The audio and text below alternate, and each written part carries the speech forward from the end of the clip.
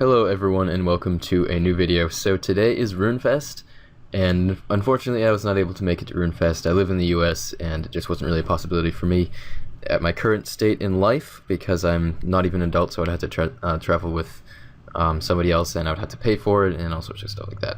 I'm not at Runefest, but I am able to make a video for you guys about what is happening at Runefest, and I've been watching the live stream, especially about Oldschool, and we've found out a lot of really cool information about what's going on with Oldschool and what's going to be coming up in the future. Things that we haven't found out yet because, of course, they had to say some exciting stuff for the Runefest presentation. So, first of all, there is a link in the description if you guys want to watch the actual presentation from Jagex. This video is going to give you guys the basic information and some of my own opinions about it, and try to make it a lot shorter because theirs is about 40 minutes long. So definitely worth watching if you're interested. But link to that will be in the description. So, the first thing that they're talking about is the future of polls, and lovely mod Ash was talking about this, and basically what they're saying is that 90% of the votes coming in, I believe that was the figures, 90% of the votes coming in are now from in-game polls since those have been released.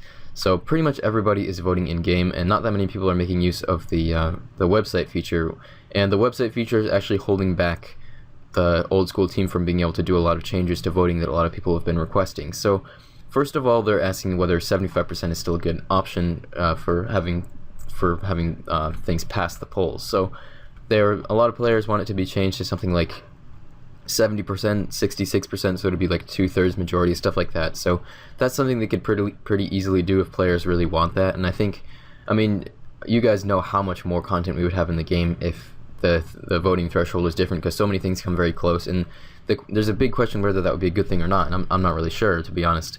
But that's definitely a possibility. Another big thing is an abstain option, and a lot of players want to be able to abstain because they don't really care, but you have to vote on all the options in a poll if you want to vote on any of them. A lot of players want to be able to change their vote if they vote for something without really realizing the effects, and then later on they see a really good argument for why that shouldn't be the case or whatever, or it should be the case, that it would be nice to be able to change their vote. Different requirements to vote, so they could base it on things other than total levels, such as total XP, hours played, stuff like that. And that's pretty much it as far as the voting segment. So some really good stuff. It really would be nice to see the abstain and the ability to change your vote, especially. I'm not really sure how people feel about changing the vote threshold. I'm not sure if I would really be in favor of that or not. It would be a very significant change, and it would be hard to say whether it would be good or bad. But yeah, good things coming as far as the future of polls. And the next thing they talked about is a Slayer update. And that's another thing that scored highly in the priority poll recently. And people just love Slayer, so they want to see more stuff related to Slayer. So first off, they talked about how the way that certain Slayer Masters assign monsters is kind of silly. Like, higher level Slayer monsters can still assign tasks like Banshees and Harpy Bug Swarms and stuff like that, which makes no sense. So first off, they would be polling changing that so that they assign monsters more appropriate to the level of the Slayer Master. Another thing is that apparently Duradel actually does not assign Skeletal Wyverns, and recently those have been buffed up. The drop table has been buffed, so they're actually worth killing, but Duradel does not even assign them, which is kind of odd. And then Keldar and Niv actually do assign Skeletal Wyverns, which doesn't really make much sense at all. Another big thing is Slayer boss tasks. So currently we have the Kraken boss and we have the Smoke Devil boss, and both of those are really cool, and they're pretty popular amongst a lot of the Slayer community.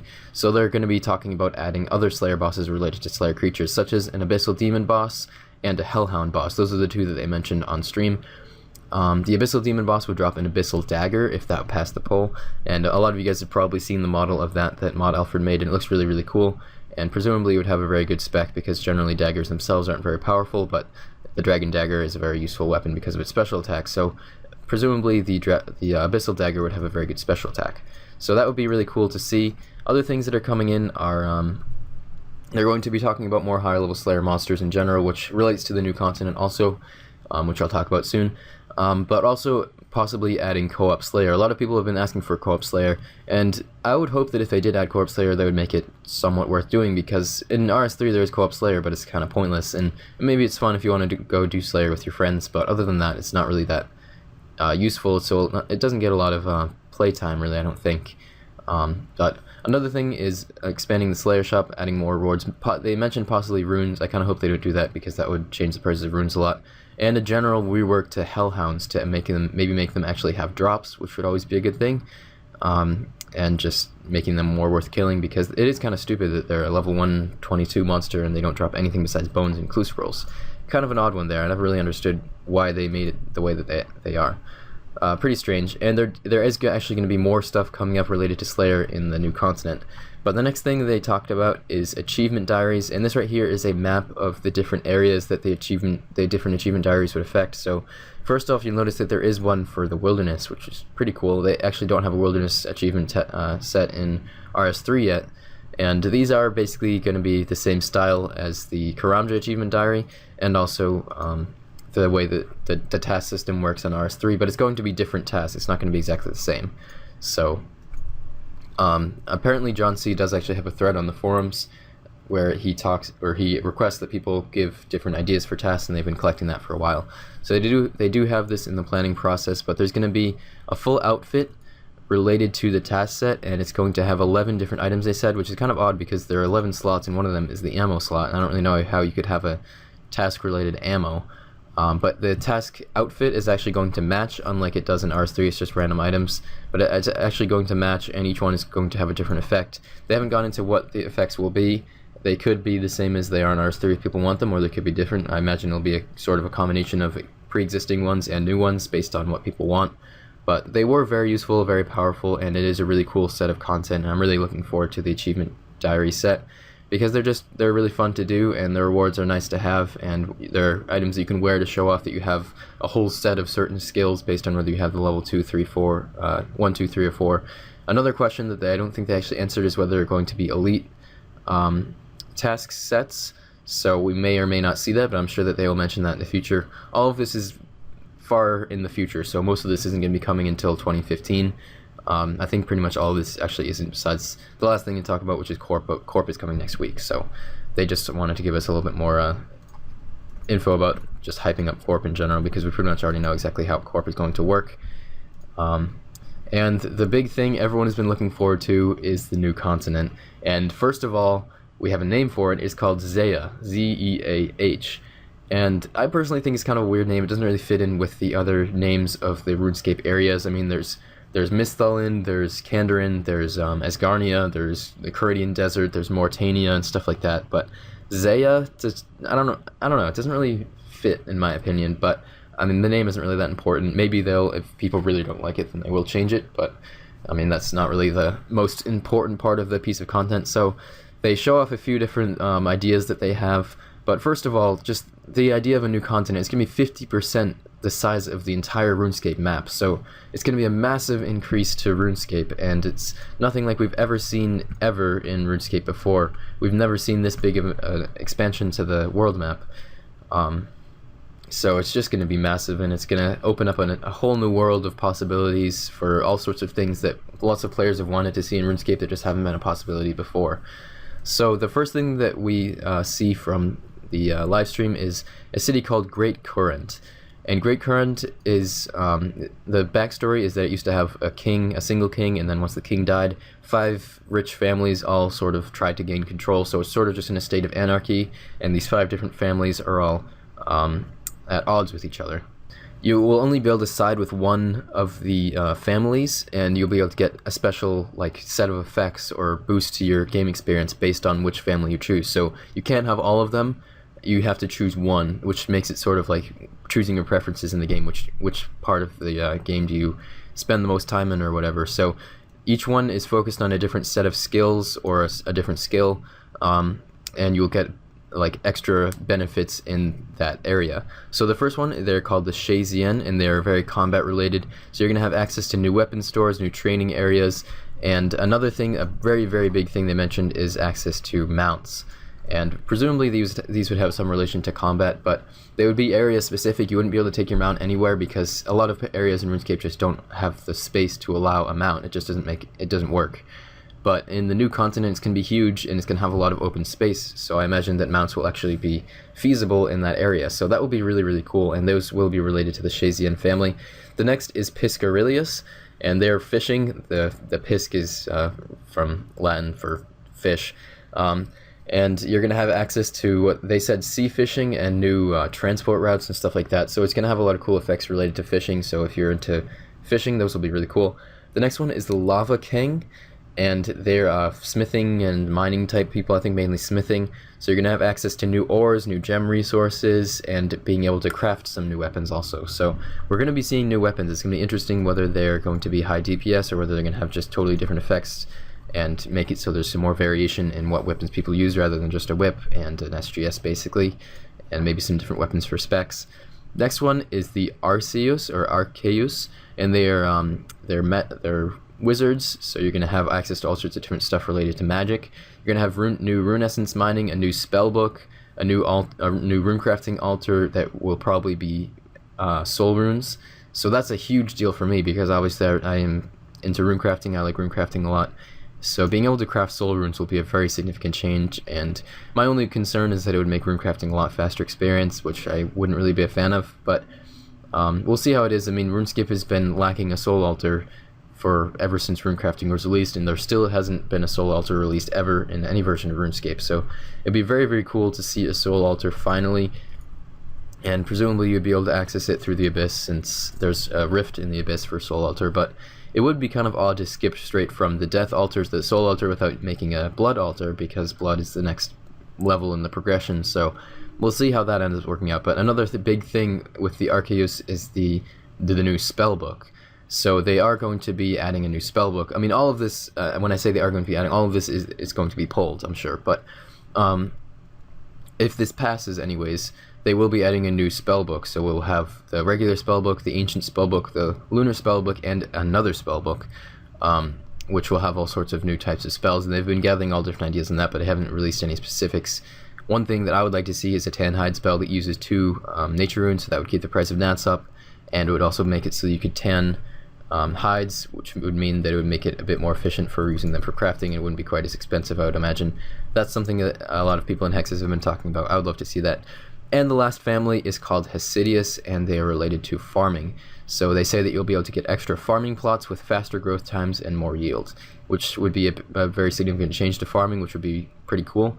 Once again, the whole thing about just devaluing achievements and all that stuff kind of sucks. I would feel bad for Etsk if all this stuff came out. I mean, he's already gotten 200 mil farming and stuff like that. It kind of sucks for people, but the game has to progress at the same time. So that's an ongoing debate. But all of these are the new families, and it's going to be really cool. And this is just one aspect of the new continent. Great Current sounds really cool. So next up is something called the Paradigm of Exodus, and we don't have nearly as much information about this, but basically it's going to be a raid-style dungeon type thing. Basically, well, not exactly, somewhat similar lines to Dungeoneering, but they mentioned it's also going to have the epic feel of Virago in that it's going to be very large areas. It's not going to be little rooms. So it's sort of an old school take on raid dungeons and all that type of stuff. It's going to be randomly generated, and it's going to have very high-level big bosses at the ends and stuff like that, but it will be randomly generated, so when each dungeon will be different, you just have to get familiar with the different areas. I don't know if they're going to be rooms or if they're going to be something else. It's hard to say how it's actually going to work, because they haven't given us a lot of information on this yet. It's still very much in the planning process, but this is another potential idea that will exist in the new continent. It looks really cool, and it's going to have, puzzles, using different skills, and fighting bosses and everything like that. Sounds pretty awesome. Next up is another city called Karulm, and it's an ancient city inside a volcano, so it's sounding very similar to the Tsar city, and it does have a lot of ties to the Tsar city, both in concept and in the actual things that we're going to be seeing inside. So in Karulm, there will be a new race, and they are called the Tasakaal, and it says right in the slide they are related to the Tsar, but they are considered guardians and slayers, and they're related to Gothic, so they're very much about balance, and they're very detached from emotional side, so they're very inhuman and very intense, like rocks sort of. And there'll be a very interesting race, and it is going to be an area that focuses more on combat and on Slayer. So once again, this is where the Slayer is going to come in again, and it's going to be another significant change to Slayer. So we're going to be seeing boss Slayer Masters, and that's something that we've just recently seen in RuneScape 3, but we will be seeing in Old School, assuming that all this stuff passes once again. We will be seeing boss Slayer Masters who will assign you a boss as a Slayer task, and of course, if you don't want to get a boss as a Slayer task, you don't go to the boss Slayer Master, so it's not really going to affect your game experience that much. The only question is whether bosses are going to be really fast for Slayer experience, because I think that would be kind of a problem. I think it should be more focused on the fact that you can get extra boosts from being on a Slayer task, such as the Slayer helmet, which would make it easier to be able to do that while killing bosses. But that would be really, really cool, and a very interesting area. And another thing they mentioned that you'll be able to get out of this is new Slayer related gear. So right now the only Slayer related gear we have is the Slayer helmet and, well, the black mask, which can be added to the Slayer helmet. And they're talking about adding more Slayer related gear that would go into different equipment slots and have boosts for or different effects towards your Slayer tasks, and you'd be able to get that from the city of Kurl and the Tasakaal. So that would be really cool. One thing I hope is that they don't make Slayer specific gear that it doesn't cost any money, and that will make things like bandos pretty much obsolete, because, well, not obsolete, but anyone who's on a Slayer task won't need bandos. They can just get this and they won't have to spend the money. I'm hoping that they make add-ons that you'll be able to attach to your existing equipment that will have special effects for Slayer and that you can purchase with Slayer points, or special reward points from doing the boss Slayer task, something like that.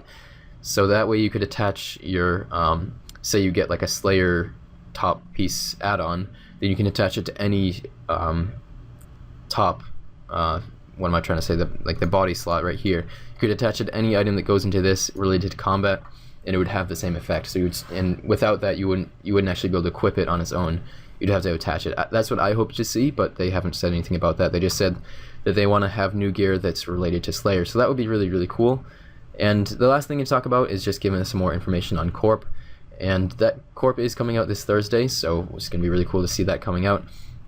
And we pretty much know all the basics, but we did see a nice little presentation from Mod Alfred, who has recently left the team to go back to university, but he did do all of the graphics work related to Corp, and he did an amazing job on it. It looks really, really good, and it's going to be really great. And we are going to be seeing the Dark Core pet is currently passing the poll, and so you'll be able to get a very, very rare Dark Core pet that will follow you around if you get lucky enough at Corp. And Mahjong C did manage to get an Elysian Sigil on a test server, which is the same exact drop rate, so he got an Elysian Sigil on a test server, not in the real game, so GG to him. And the last thing they quickly talked about is just some other things that we're probably going to be seeing, or possibly will be polled at least. First of all, the trading post is something that's going to be happening soon. They have gotten the engine support, so they're starting to work on it, so we will be seeing a trading post that is going to be coming up, and we'll be finding out a lot more information about that soon. Resizable mode is another big thing that we'll be seeing, being able to have the game so that it's your full screen or whatever size you want it, and your different interfaces will move around, and you'll be able to see a lot more of the game if you want to be playing in a lot bigger screen. That'll be really, really cool to see. Auto-generated dungeon, I think that's sort of related to the paradigm of Exodus. Titan Brawl is something they quickly talked about, where you control a Titan and just go and attack other players controlling their Titans. Sound kind of cool. They didn't really say much more than that, but it might be kind of a fun thing. Sailing, troll, and expanding the team, another very important thing. So we did actually find out that there are going to be 2 new Jagex moderators joining the team next week.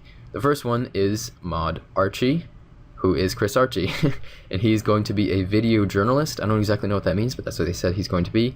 And the other one is finally an engine support guy. So one thing that I'm sure a lot of you guys are aware of is that Oldschool did not have a dedicated engine person, so they had to keep asking the RuneScape 3, or the entire RuneScape engine team, which mostly focused on RuneScape 3, and that's what was taking so long for a lot of updates, such as the trading post. They had to get engine support for it, and so they're finally going to have an engine guy for Oldschool, which is amazing.